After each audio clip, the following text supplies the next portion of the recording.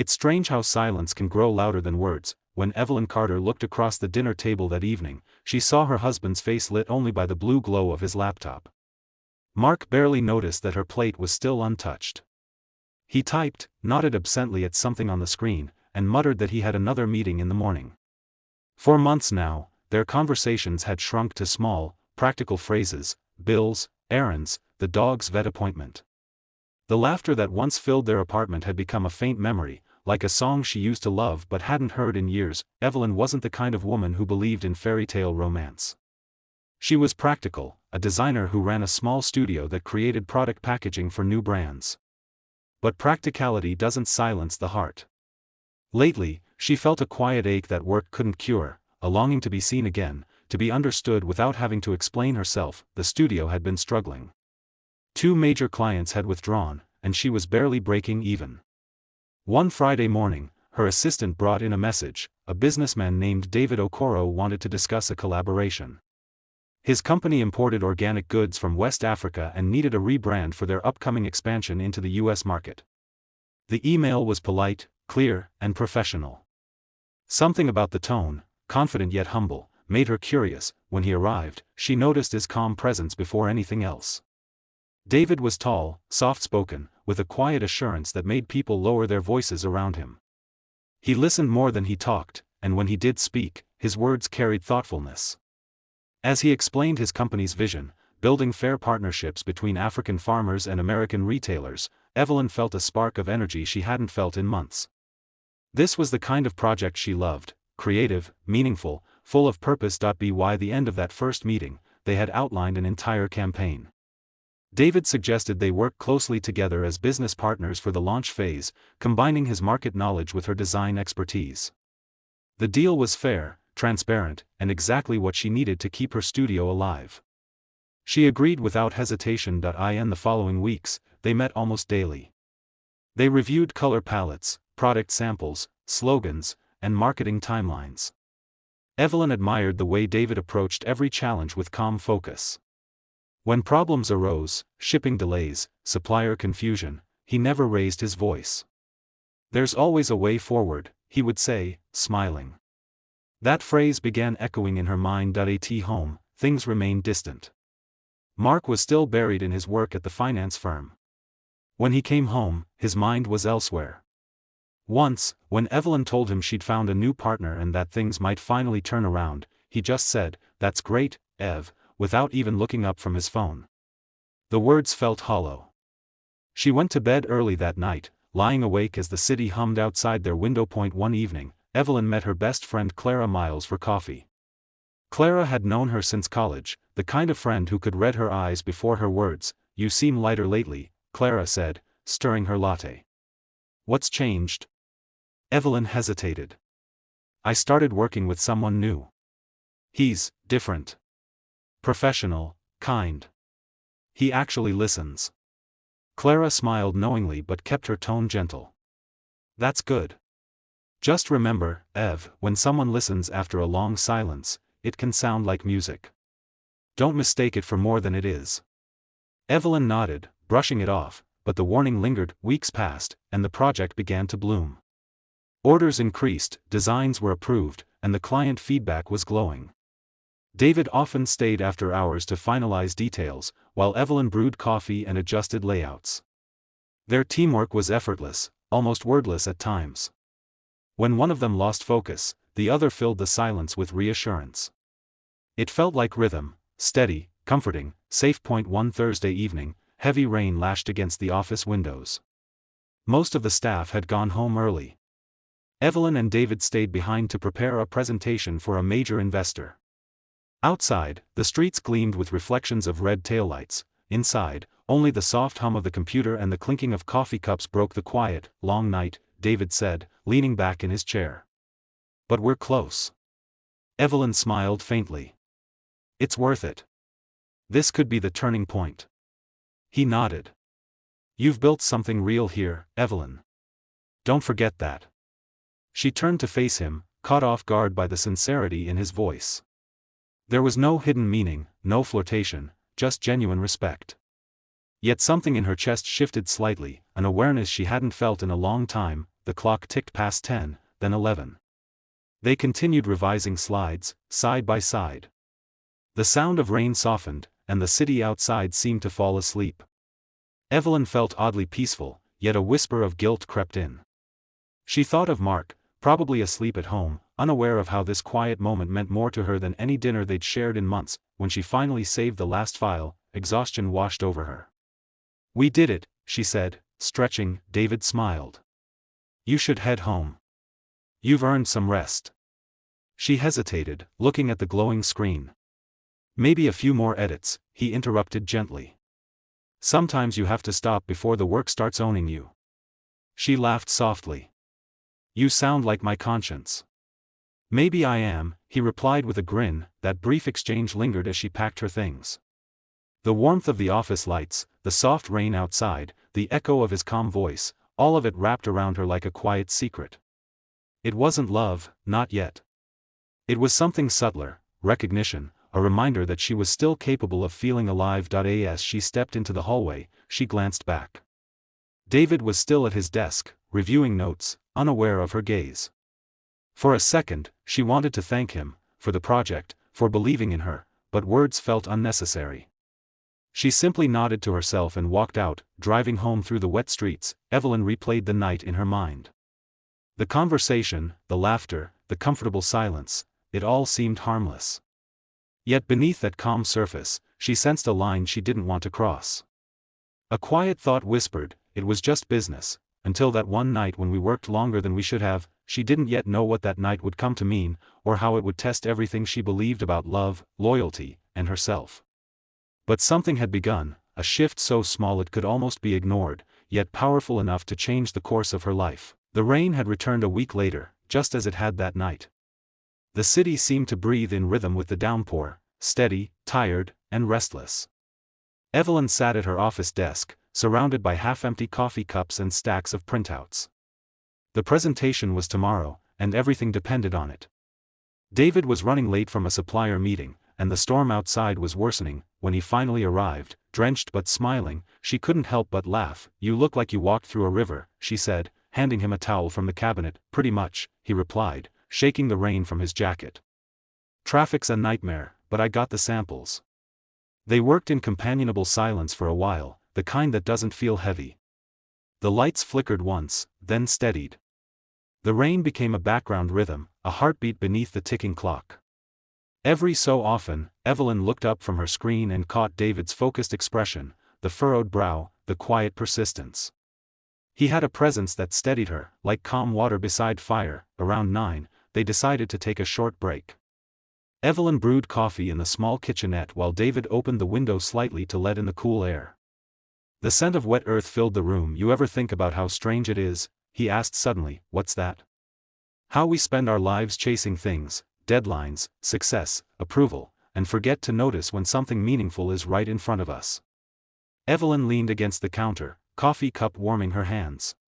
"You sound like Clara now," she said softly. "Clara? My best friend. She says I'm always chasing something I already have.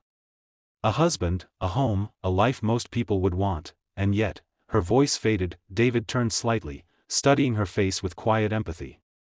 "And yet, you still feel unseen," he said, not as a question but as a truth. She didn't reply. The honesty of his words startled her more than she cared to admit. For a while, neither spoke.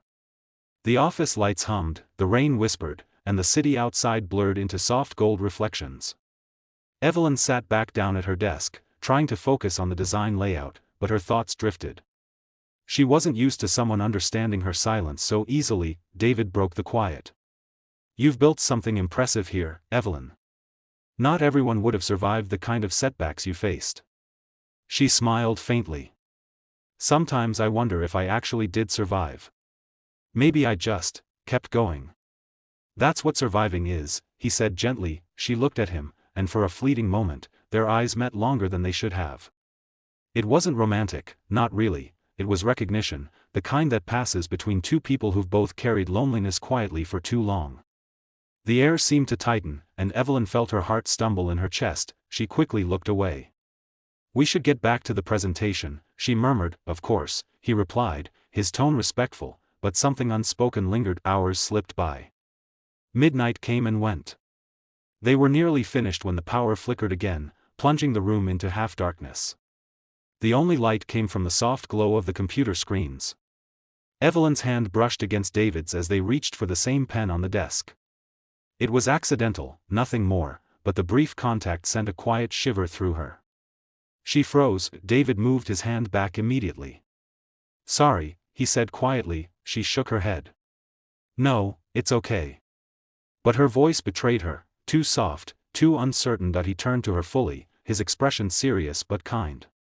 "Evelyn," he said slowly, "you're a good person. You don't have to explain what you're feeling right now. But I want to be clear, I respect you, and I respect your marriage." She looked down, her throat tight. "I wasn't going to, I know," he interrupted gently. "I just needed to say it before the silence makes it harder." The words landed heavy between them. For the first time, Evelyn realized how thin the line was, not between right and wrong, but between loneliness and the need to be seen. She'd been walking that edge for weeks without noticing. David closed his laptop. "Let's call it a night. The work's done. You should rest." She nodded, but her hands trembled slightly as she packed her things. She wanted to thank him for stopping whatever could have started, for having the strength she wasn't sure she had at that moment, but she couldn't find the words. When they stepped outside, the rain had eased into a light drizzle. The streetlights glowed amber against the wet pavement. David opened his umbrella and offered to walk her to her car. They didn't talk. The sound of raindrops filled the space where conversation would have been. At her car door, she finally spoke. "David," she said quietly, "thank you. For tonight." He looked at her, puzzled. "For what?" "For not letting me forget who I am." He smiled faintly. "You don't owe me thanks for that. Just remember it when the silence feels heavy again." She nodded, gripping the car door handle. "Good night, David." "Good night, Evelyn." As she drove away, her reflection in the rearview mirror looked different, older, wiser, and perhaps a little sadder. The windshield wipers swayed back and forth, pushing away the rain but not the thoughts in her head. Inside, she replayed the night over and over. The laughter, the coffee, the unspoken words, all harmless in action but dangerous in feeling. She didn't cross a line, yet she'd stood close enough to see how easily it could vanish beneath her feet. At a red light, she whispered to herself, why did that night feel like both a mistake and a warning? The words hung in the air like fog. When she finally reached home, the apartment was quiet. Mark was asleep on the couch, the TV still playing softly in the background.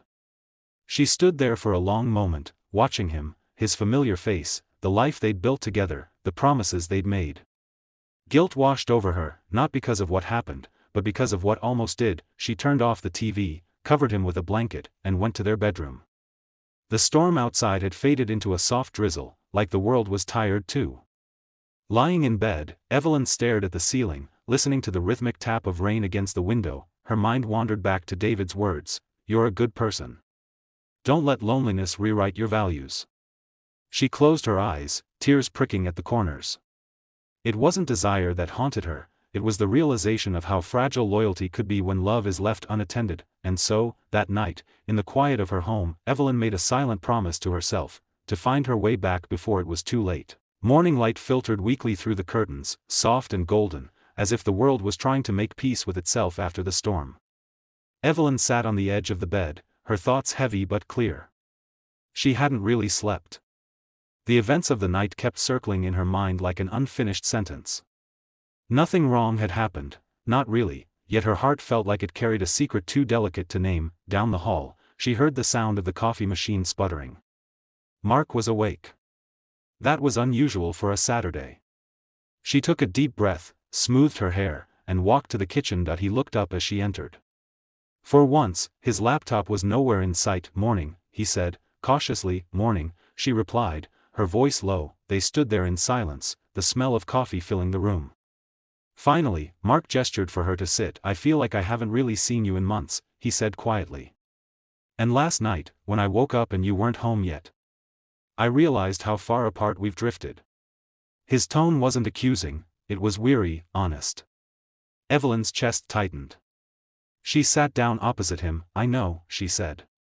It's not just you, Mark. I stopped trying too. We both let the distance grow.